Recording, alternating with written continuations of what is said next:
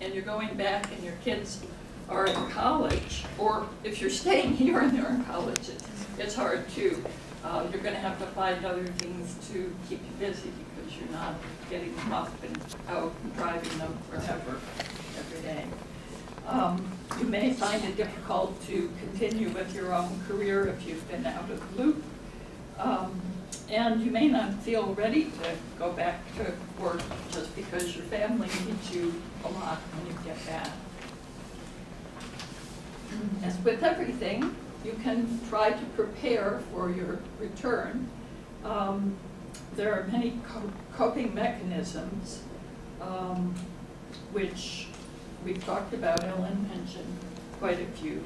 And you'll find some overlap between our presentations because these things apply to everybody in the family. You have to recognize and allow for the emotions that you're going to feel. And if you're all down at the same time, it's pretty difficult.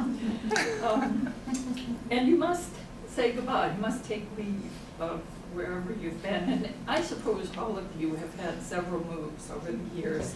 This is the same kind of thing. I mean, even though you're going home, it's another move. It's all these transitions all over again. So give yourself some time. And finally, there's acceptance. These are like the levels of grief. You aren't going to like some things about home anymore. It's not the same as it was.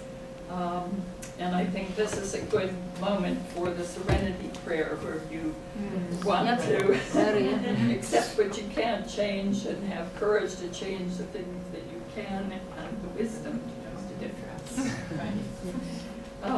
And accept that you've changed. Spend time with those who enjoy the new you. That would be where FAUSA comes in. I was so lucky. We went back to Washington, well, to Maryland, but Washington Metro FAUSA group is just wonderful. Oh, okay, some of you know. So we meet book club once a month, and we have trips. We have field trips all around DC together. And somebody said to me at the last book club, I just love this. You never feel like you're drawn down. You leave here feeling really good.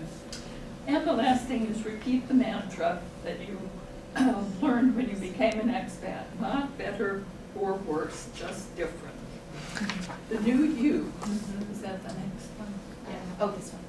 The new you? Yeah. Okay. Find new hobbies, meet new people, all the things you all know. And traveling in your home country. Who was it? In one of the presentations this week said that she had not seen much in the U.S. at all. And it's a big country. There's a whole lot to see out there. So use social networking, use Google, get involved in international activities. If you're someplace where there's an embassy or consulate, we're on the list for the Dutch, the Netherlands newsletter, and find out when they're having events. Create a new path and put to good use everything that you've learned. I'm tutoring now for ESL, English speakers of other languages, because I know what it's like to not be able to speak the language, so I can sympathize with the students who I'm tutoring. And above all, remain positive. I remember my first meeting in The Hague, somebody said, you've got to bloom where you're planted. Yeah. It's that easy. Okay, so that's Erica's portion, and I will quickly go through mine, which is for the older woman. And some of this information will be very useful if you are trying to take care of parents long distance. If you're in Europe or wherever and your folks are back in the States. So I tried to get information about this, and there's very little out there. We're not, I guess, a big enough component to work, or we're so busy worrying about our kids. So the issues are similar to the ones that we've talked about. Some of the, okay, I've got reentry, I've got repatriation. Well, anyway, yeah, how do you adjust to a home that no longer feels like home? You have moved on, and your neighbors probably are going to be different if you go back to the same house or the same city, and you thought you were coming back to something that's quite different than what you expected. How do you overcome the frustration of not being understood by family and friends? All the same issues that kids have. Family, I think you mentioned, they think, oh, you've been living the high life, and now you've got to come back and be just a regular person again. Or there's blame about you haven't done your share of taking care of mom or dad or whatever. Empty nest, I talked about.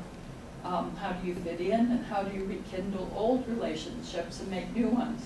And I have found, when we got back, our daughter gave us a big welcome back party, and all the people who we'd known when we left 15 years before that she could find came to the party. And we said, oh, it's wonderful to see you. And probably about half those people I haven't really gotten together with or talked to again. So you kind of, you know, you realize who you're going to be able to rekindle and who you aren't. Okay. Benefits of repatriation. I don't know if anybody else has to struggle with a foreign language, but you won't have to do that anymore, except sometimes English seems like foreign language when you get back. You don't have to be under scrutiny as an expat, you know, to feel that you have to act a certain way because you're an American.